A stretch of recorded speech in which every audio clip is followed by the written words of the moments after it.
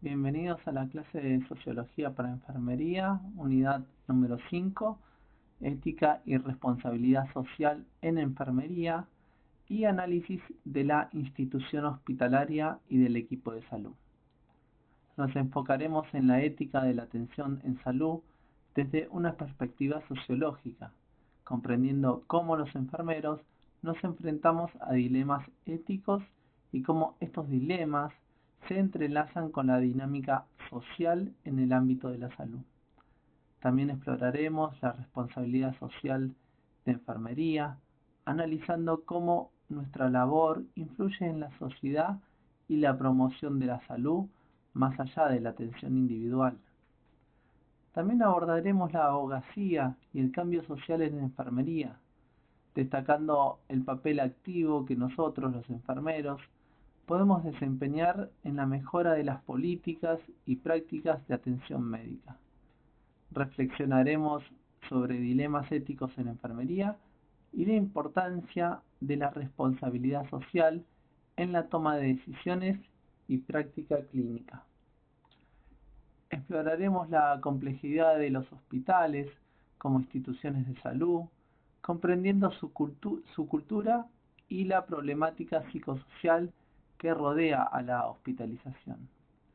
Además, analizaremos el equipo de salud en su conjunto, observando cómo los roles tradicionales están evolucionando y cómo los enfermeros desempeñamos un papel crucial en la prevención de iatrogenia, el daño causado por el sistema de atención médica. En este contexto, también exploraremos las tensiones y ansiedades que surgen cuando se enfrenta la enfermedad y la muerte en el equipo de salud, así como los mecanismos de defensa que se pueden utilizar para hacer frente a estas situaciones emocionales, siendo útil para brindar un apoyo de calidad a los pacientes y sus familias en momentos críticos.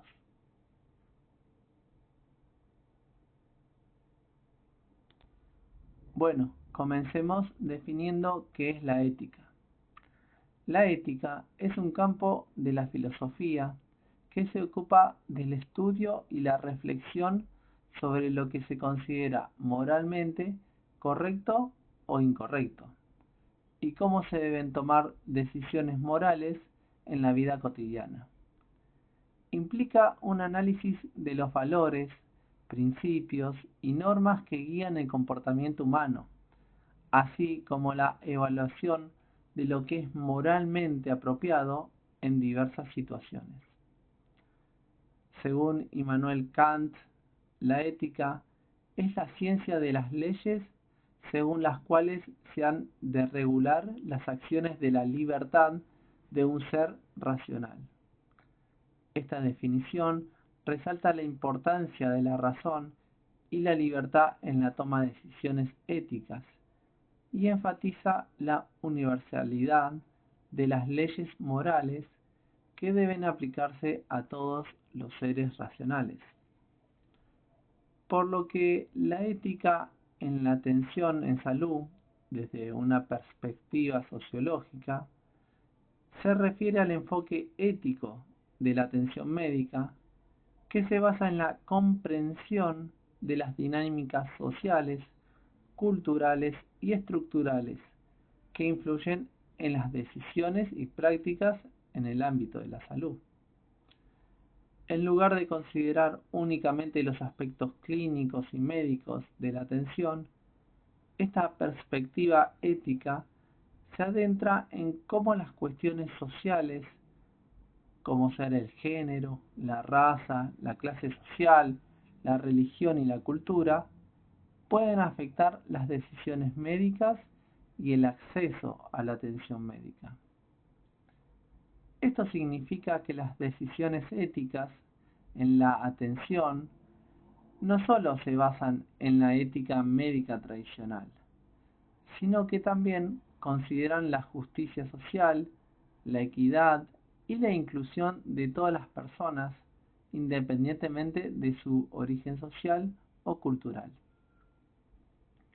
Por ejemplo, un paciente de una determinada comunidad podría rechazar ciertos procedimientos médicos por razones religiosas y su deseo es respetado desde un enfoque ético que valora la diversidad cultural y la autonomía del paciente. Esto implica un diálogo abierto con el paciente y en algunos casos la adaptación de las prácticas médicas para respetar las creencias del paciente siempre que sea seguro y ético hacerlo. Este ejemplo ilustra cómo la ética en la atención en salud desde una perspectiva sociológica busca abordar no solo las consideraciones clínicas, sino también las dimensiones sociales que pueden influir en la equidad y la justicia en la atención médica. Los principios éticos en salud son pautas fundamentales ampliamente reconocidas que guían la conducta y la toma de decisiones de la atención médica y se utilizan como marco para abordar dilemas éticos y situaciones complejas en el cuidado de los pacientes. Son 4 los principios éticos más comunes y ellos son: respeto a la autonomía. Este principio reconoce la importancia de respetar la capacidad de toma de decisiones autónomas de los pacientes. Esto significa que los pacientes tienen el derecho de ser informados sobre su condición médica, los procedimientos y tratamientos disponibles, así como las posibles alternativas. También pueden aceptar o rechazar tratamientos o procedimientos médicos, incluso si los profesionales de la salud no están de acuerdo con sus elecciones, siempre y cuando estén informados adecuadamente. Como ejemplo de respeto a la autonomía, podemos imaginar a un paciente diagnosticado con una enfermedad grave. El médico le proporciona información detallada sobre las opciones de tratamiento, incluyendo la cirugía y la quimioterapia, así como los posibles efectos secundarios y riesgos asociados con cada opción. El paciente, después de considerar toda esa información, decide no someterse a ningún tratamiento y prefiere una atención de apoyo para mantener su calidad de vida. El otro principio es la beneficencia. La beneficencia implica el deber de los profesionales de la salud de actuar en beneficio de los pacientes y promover su bienestar. Significa que se deben tomar medidas para asegurar que los tratamientos y procedimientos sean en el mejor interés de los pacientes. Los profesionales de la salud debemos buscar el máximo beneficio y evitar causar daño innecesario. Imaginemos que estamos en una unidad de cuidados intensivos neonatales en donde hay un recién nacido prematuro, por lo que debemos asegurar cuidados especializados y, digamos, casi constantes al bebé, manteniendo sus signos vitales estables y monitoreando de cerca su progreso, con el objetivo de beneficiar al bebé prematuro y promover su bienestar. Por lo que de esta manera actuamos en el mejor interés del paciente, priorizando su salud y seguridad, lo que es fundamental en la ética de enfermería. El tercer principio es la no maleficencia.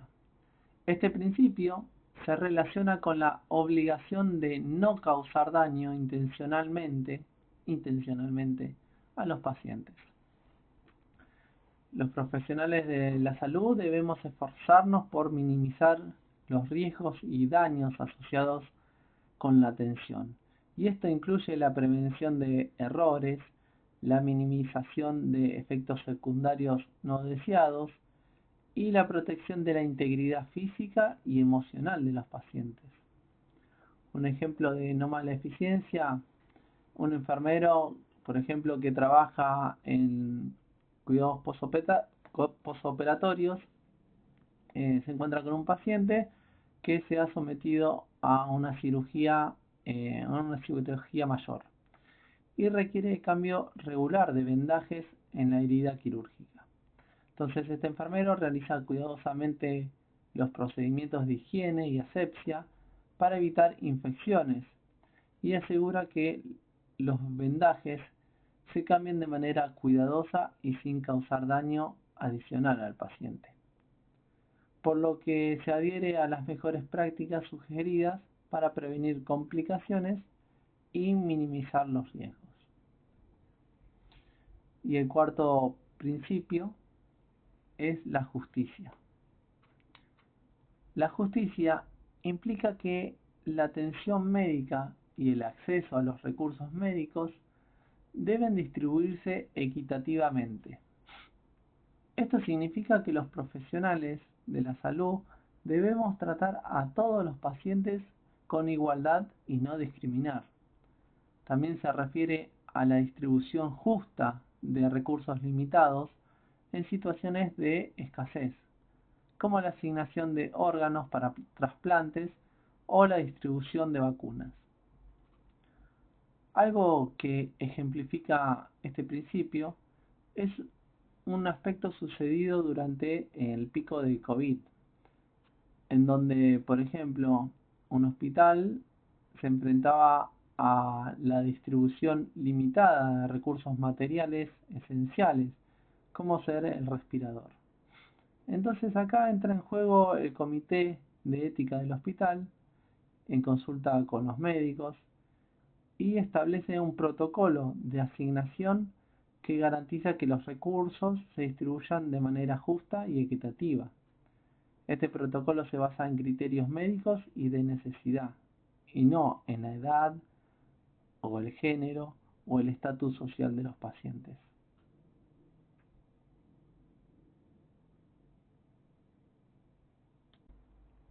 Bueno, por otro lado, tenemos la responsabilidad.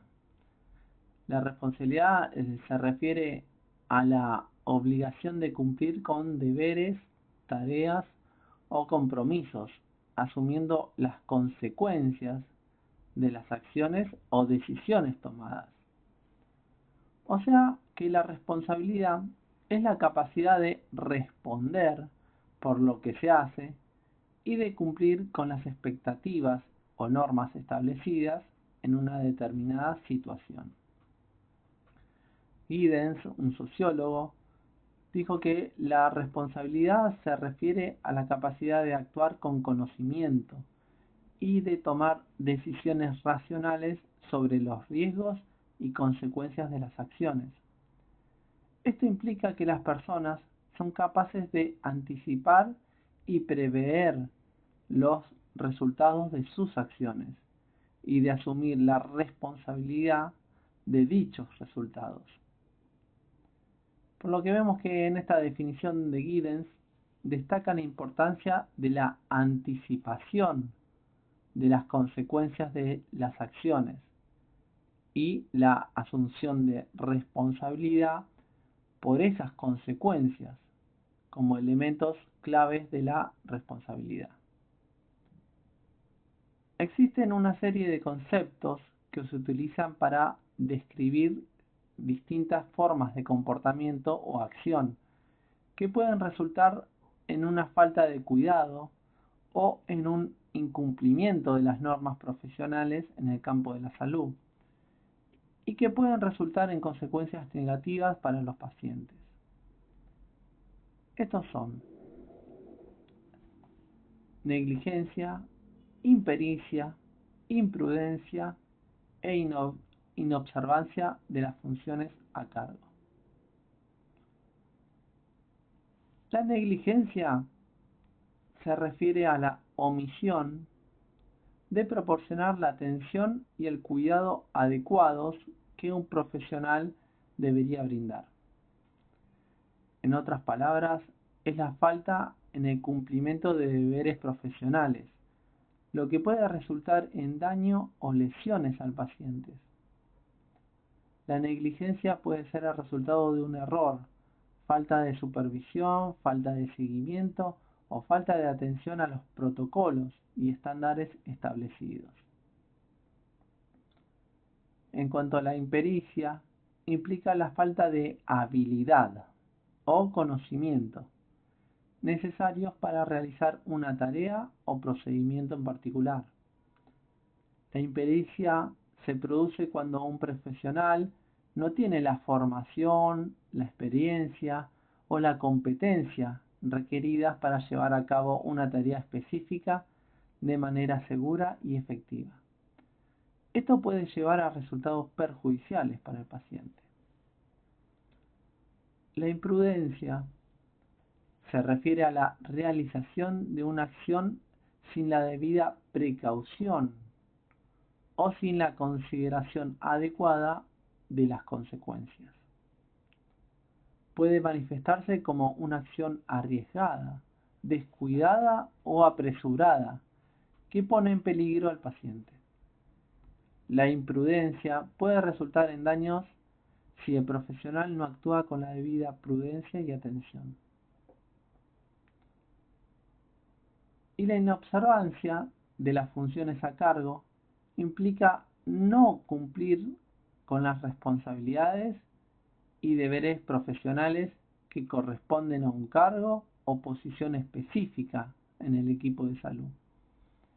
Esto puede incluir no seguir los protocolos de atención, no realizar el seguimiento necesario o no proporcionar la atención o el cuidado requerido para un paciente en particular.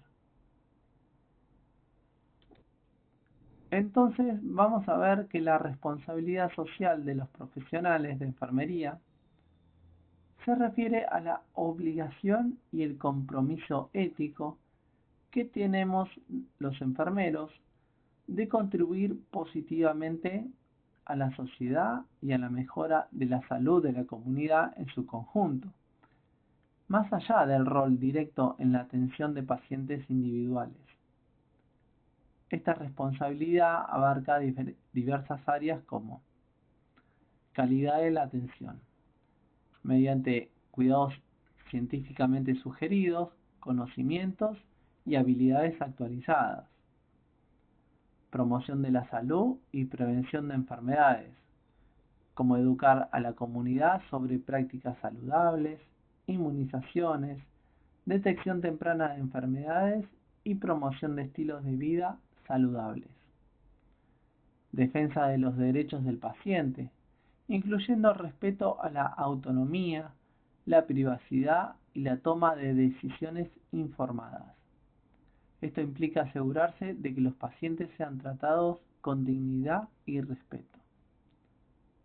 Participación en la comunidad, por ejemplo, colaborando en proyectos de salud pública, trabajando en campañas de concienciación y participando en programas de prevención de enfermedades.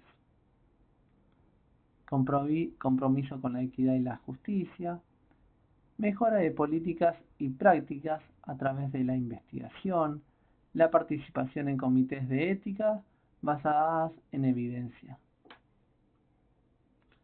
Y siguiendo con esto último, podemos ver que la abogacía y cambio social en enfermería se refiere al papel activo que nosotros podemos desempeñar en la promoción de cambios y mejoras en el sistema de atención médica y en la sociedad en su conjunto.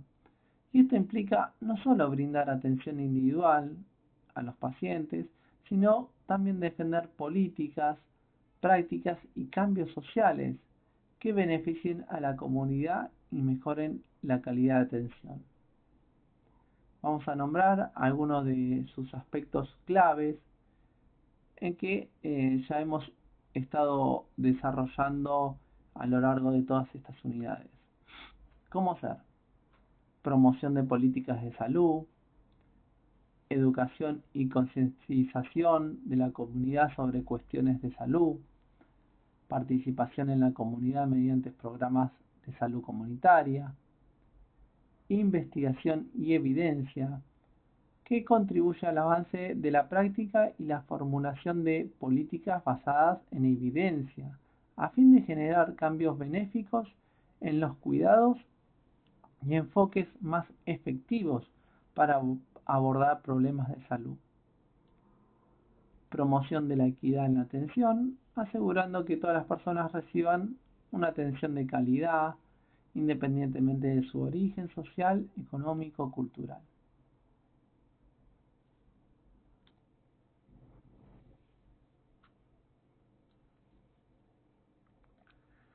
Bueno, ahora vamos a abordar el tema la institución hospitalaria y su cultura, que se refiere al entorno físico, organizacional y social de un hospital, así como a las normas y valores y prácticas que caracterizan la vida y el trabajo en el hospital. Cada hospital tiene su propia cultura. Puede influir en la manera en que se prestan los servicios de atención médica, cómo se comunican los profesionales, cómo los pacientes y sus familias se relacionan con el sistema de atención médica. Algunos aspectos clave de la cultura hospitalaria pueden incluir la jerarquía en la toma de decisiones, las prácticas de seguridad, la comunicación entre el personal y las políticas y procedimientos. Resumiendo, la cultura hospitalaria influye en la dinámica y la calidad de la atención médica, así como en la experiencia de pacientes y profesionales de la salud. Analicemos el siguiente ejemplo. Hay un hospital A y un hospital B. En el hospital A existe una cultura organizacional que enfatiza la jerarquía y la toma de decisiones autoritarias. Los médicos tienen un gran poder de decisión y las enfermeras y otros profesionales de la salud no son valoradas en la toma de decisiones clínicas. La comunicación entre departamentos es limitada y existe una falta de interacción entre las diferentes especialidades, por lo que los pacientes suelen tener una experiencia más pasiva y no se sienten completamente informados sobre su atención médica. En cambio, en el hospital B, la cultura es más colaborativa y centrada en el paciente. Se valora la comunicación abierta y el trabajo en equipo entre médicos, enfermeros y otros profesionales de la salud. La toma de decisiones se basa en la evidencia y la opinión de múltiples miembros del equipo.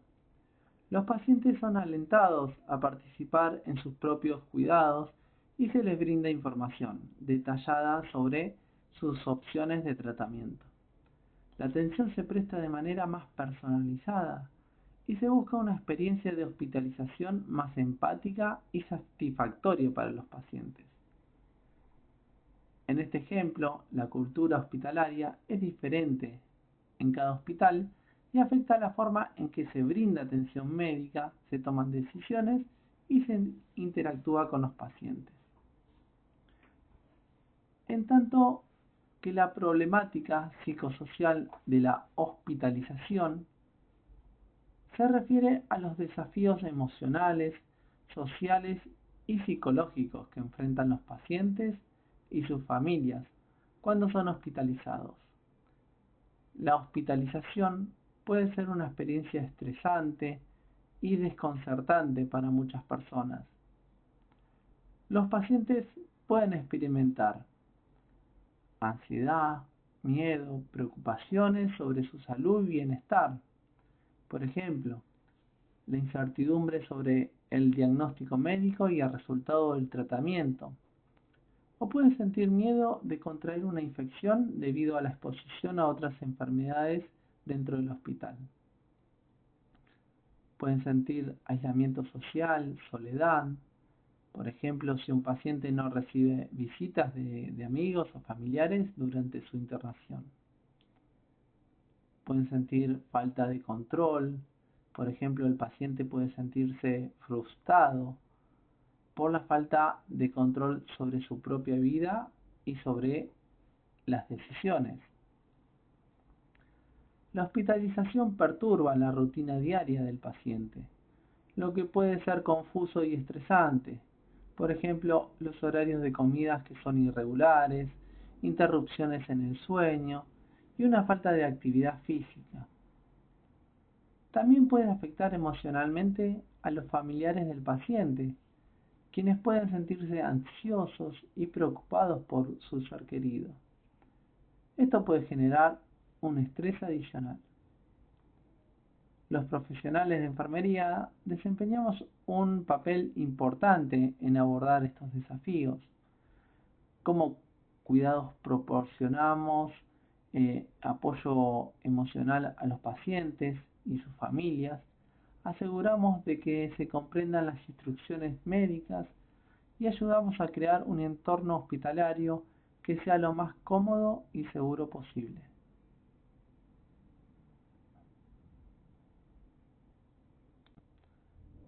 En cuanto al rol tradicional dentro del equipo de salud, se refiere a la noción de que los médicos son los únicos responsables de la toma de decisiones médicas y la prestación de atención, y otros profesionales de la salud, como los enfermeros, kinesiólogos, terapeutas, tienen roles más limitados y subordinados. Sin embargo, en la actualidad, se promueve a que haya un enfoque más colaborativo y multidisciplinario en el equipo de salud. En el equipo de salud moderno, se reconoce que la atención de calidad requiere la contribución de una variedad de profesionales, cada uno con sus propias competencias y conocimientos especializados, conformando un equipo multidisciplinario. Se insta a que los médicos, enfermeros, kinesiólogos, trabajadores sociales y otros profesionales trabajen juntos de manera interdependiente para brindar una atención integral y centrada en el paciente. Esto implica un enfoque de igualdad en la toma de decisiones y una comunicación abierta entre los miembros de este equipo multidisciplinario. La iatrogenia se refiere a los efectos adversos o daños causados a un paciente como resultado de la atención o intervenciones médicas. Estos efectos adversos no son el resultado de la enfermedad subyacente del paciente, sino que son causados directamente por la atención o por el tratamiento. La iatrogenia puede manifestarse en diversas formas, como efectos secundarios de medicamentos, complicaciones quirúrgicas, errores médicos o infecciones nosocomiales. Por ejemplo, un paciente es ingresado al hospital para una cirugía, una apendicectomía.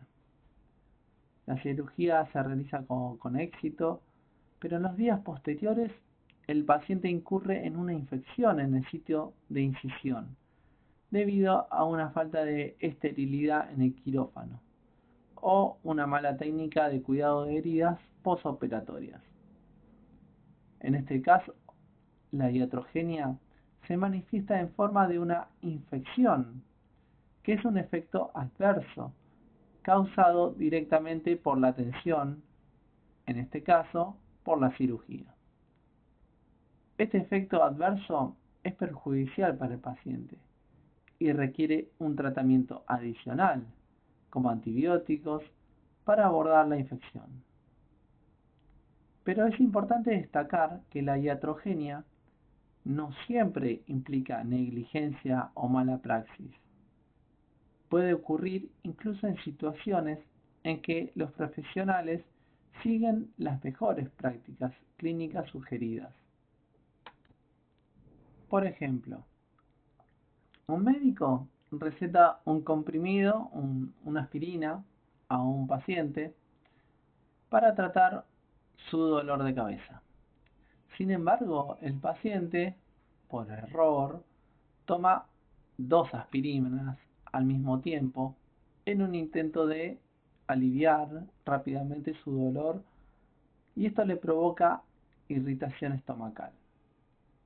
En este caso, no se trata de negligencia ni de una mala práctica por parte del médico, sino que la aspirina es un medicamento de venta libre, ampliamente utilizado y considerado seguro cuando se toma según las indicaciones. Sin embargo, el error fue causado por una mala interpretación o falta de comprensión de las instrucciones por parte del paciente. La iatrogenia ocurrió, en este caso, debido a un error no intencionado por parte del paciente y no como resultado de una negligencia por parte del profesional de la salud. La iatrogenia es una preocupación constante en la atención médica, y los profesionales de salud debemos trabajar activamente para minimizar los riesgos y maximizar la seguridad del paciente. La prevención de la iatrogenia es una parte integral de la ética médica y de la práctica de enfermería.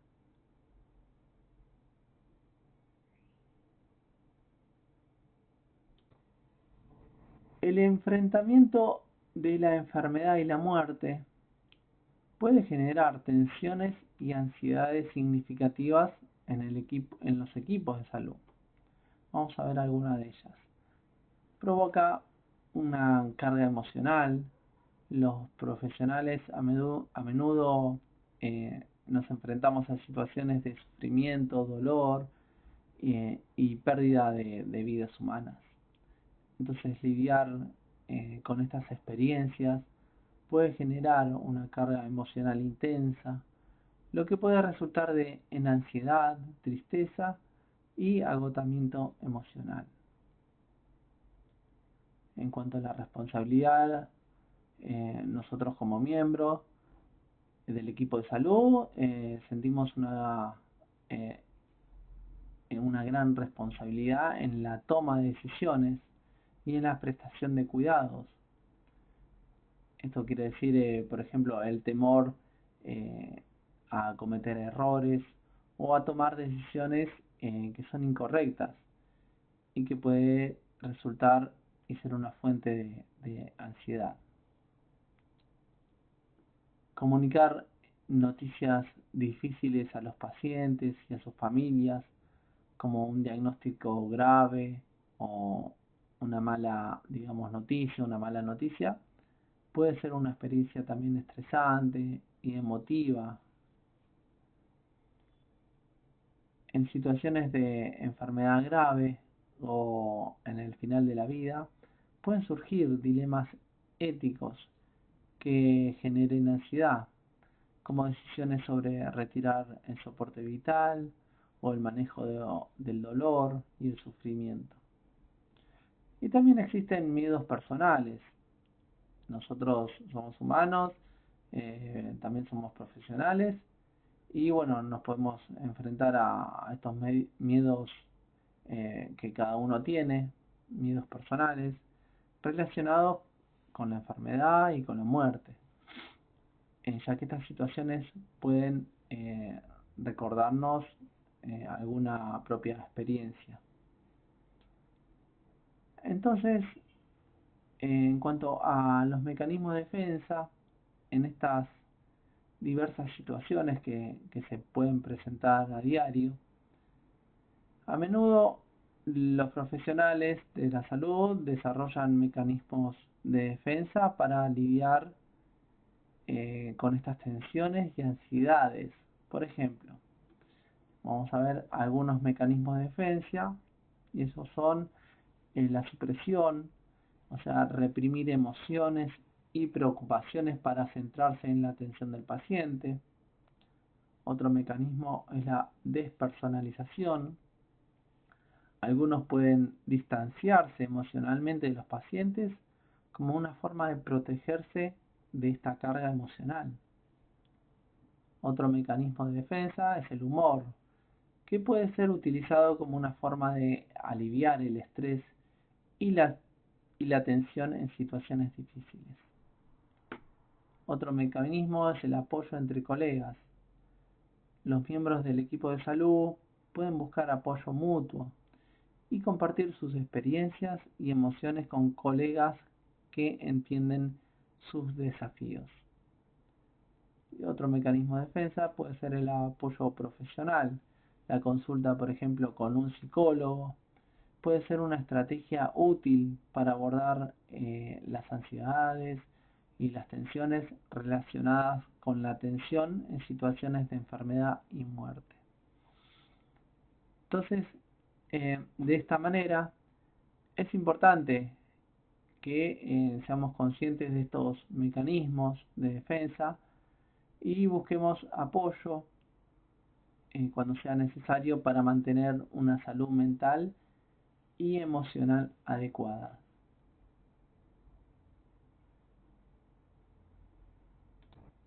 Bueno, de esta manera finalizamos la unidad número 5.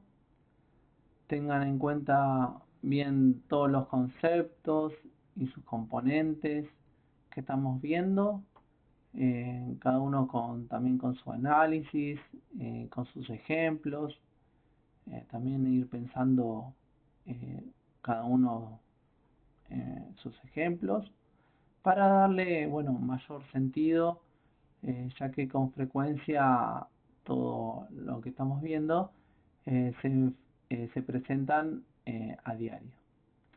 Bueno, les deseo muchos éxitos a todos. Adiós.